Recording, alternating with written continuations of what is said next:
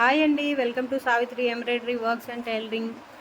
2 మార్క్స్తో blouse piece మీద ఎలా వర్క్ చేసుకోవాలో చూడండి. 1 మీటర్ క్లాత్ అయితే సరిపోతుంది. ఇది లెంత్ వచ్చేసి 14 ఉందండి. 14కి 1 ఇంచు లేదంటే 1.5 ఇంచు లేదంటే 2 ఇంచెస్ పెట్టుకున్నా పర్లేదు.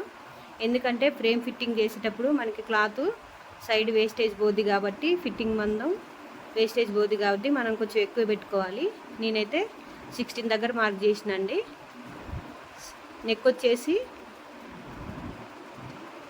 ఇలా చూడాలి.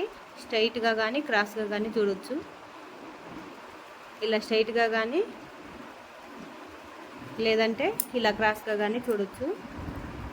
ఈ నెక్ వచ్చేసి 9 ఉందండి. ఈ 16 దగ్గర పెట్టుకున్న మార్క్ దగ్గర నుండి 9 పెట్టాలండి. వాళ్ళు పెంచమంటే 10 పెట్టచ్చు. ఆ 2 టిక్కులు పెట్టుకుంటే సరిపోద్ది బ్యాక్ నెక్కి. ఇది వచ్చేసి హ్యాండ్స్ అనమాట. హ్యాండ్స్ ఇట్లా వన్ సైడ్ అటు సైడ్ మనం బ్యాక్ పార్ట్ పెట్టాం కదా, ఇటు సైడ్ వచ్చేసి హ్యాండ్స్ అనమాట. ఇట్లా మిడిల్ టిక్ పెట్టుకుంటే సరిపోద్ది. అటు సైడ్ ఇటు సైడ్ అంటే హ్యాండ్ ఇక్కడ మిడిల్లో వస్తుందని అర్థం. మీకు అర్థమైపోద్ది అయినా చూస్తుంటే.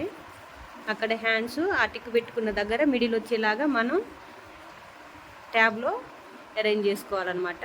అది నేను ఒకసారి చూపిస్తాను. నెక్స్ట్ వీడియోలో మీకు పూర్తిగా అర్థమయ్యేలాగా చెప్తా అండి. ఇప్పుడు నేను మిషన్ ఫ్రేమ్ ఫిట్టింగ్ ఎలా చేయాలో చూడండి. ఫ్రేమ్ ఫిట్టింగ్ వచ్చేసి నేను ఫస్ట్ మిషన్ సైడే పెడతా అండి. మిషన్ సైడ్ నుండి ఫిట్టింగ్ చేసుకుంటూ వస్తాను అనమాట. నేను నిల్చున్న చోట నుండి మళ్ళీ ఎటు గదలకుండా కూడా పెట్టొచ్చండి. మనం ఫస్ట్ మిషన్ సైడ్ పెట్టుకుంటే మనకి ఇటు సైడ్ క్లాత్ ఈజీగా ఉంటుంది, పెట్టుకోవడానికి నీట్గా కూడా వస్తుంది. నేను ఈ రైట్ సైడ్ కొంచెం క్లాత్ తక్కువ ఉంచుకొని only fitting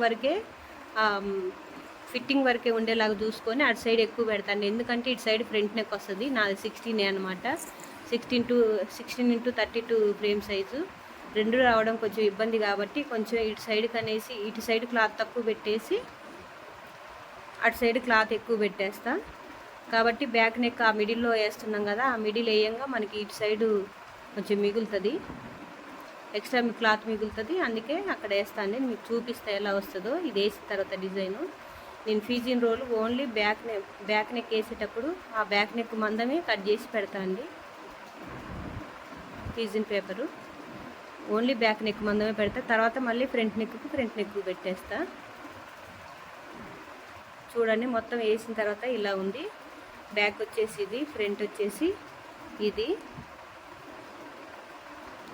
one side back వచ్చింది, వన్ సైడ్ 2 హ్యాండ్స్ వస్తాయి అన్నమాట. 2 హ్యాండ్స్ ఇందాక మిడిల్ మార్క్ పెట్టుకున్నాం కదా, అలా మిడిల్ వచ్చేలాగా వేసుకోవాలన్నమాట.